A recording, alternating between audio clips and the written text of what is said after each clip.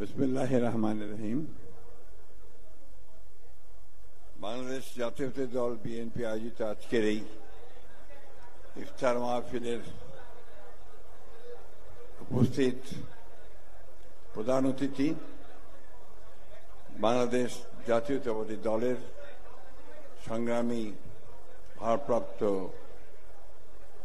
Chairman এবং চলমান গণতান্ত্রিক আন্দোলনের রূপকার জনাব তারেক রহমান, এখানে উপস্থিত আছেন বাংলাদেশের অত্যন্ত শ্রদ্ধেয় নেতৃবৃন্দ, বিএনপি নেতৃবৃন্দ, প্রিয় ভাই ও বোনেরা, আসসালামু আলাইকুম। ইফতারের আয়োজনে খুব বেশি কথা বলার কিছু নেই। রমজানের শুভেচ্ছা জানাচ্ছি আমি আমার দলের পক্ষ থেকে, আমার দলের চেয়ারপারসন দেশনেত্রী বেগম খালেদা জিয়ার পক্ষ থেকে, ভারপ্রাপ্ত চেয়ারম্যান জনাব তারেক রহমানের পক্ষ থেকে। আজকে আমরা একটা অত্যন্ত কঠিন সময় অতিক্রম করছি। একটা মুক্ত পরিবেশে আজকে যদিও আমরা এই ইফতারের আয়োজন করতে সক্ষম হয়েছি, কিন্তু আমরা এখনো আমাদের গণতন্ত্রে যে ফিরে যাওয়ার সেই পথ সম্পর্কে আমরা খুব পরিষ্কার কোন দিশা খুঁজে পাচ্ছি না।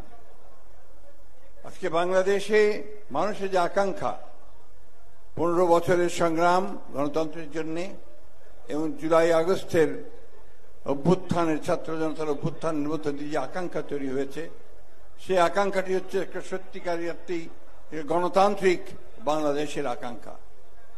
সেই আকাঙ্ক্ষাকে বাস্তবায়িত করতে হলে অতীতে যেমন আমাদের একটি ইস্পাত দৃঢ় ঐক্য গড়ে উঠেছিল, ঠিক এখনো সেই দৃঢ় ঐক্য অত্যন্ত প্রয়োজন।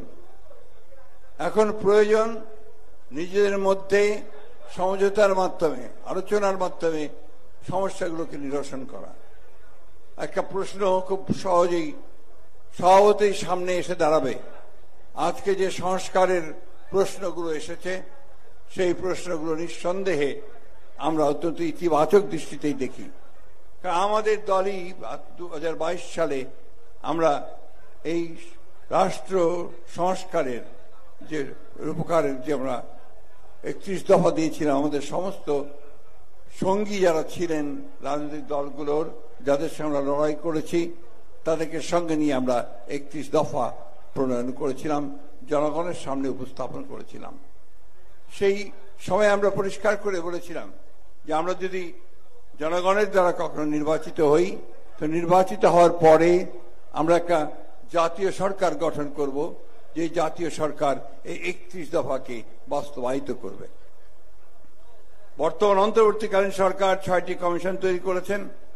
6টি কমিশনের মধ্যে 13 একটি সংবিধান কমিশন রয়েছে, যে সংবিধান কমিশন সংস্কারের প্রস্তাবগুলো দিয়েছে।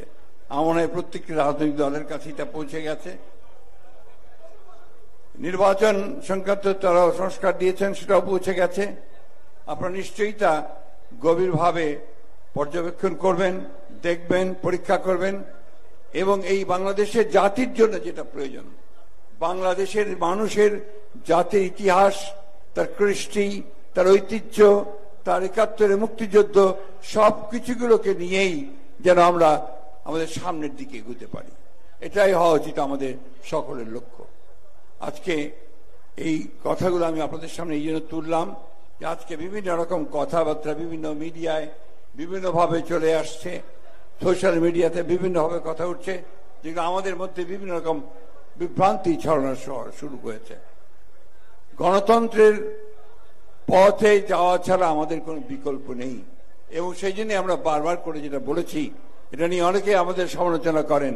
আমরা দ্রুত নির্বাচনের কথা বলেছি, দ্রুত নির্বাচনের কথা আমরা খুব পরিষ্কার করে বলছি এই জন্য, কিন্তু ন্যূনতম সংস্কারগুলোকে করে যেন আমরা একটা জনগণের প্রতিনিধিত্বমূলক পার্লামেন্ট আমরা তৈরি করতে পারি, জনগণের প্রতিনিধিত্বমূলক একটা সরকার গঠন করতে পারি, যারা সেখানে নির্ধারিত করবেন পরবর্তী সংস্কারগুলো কিভাবে হবে, কিরূপে হবে।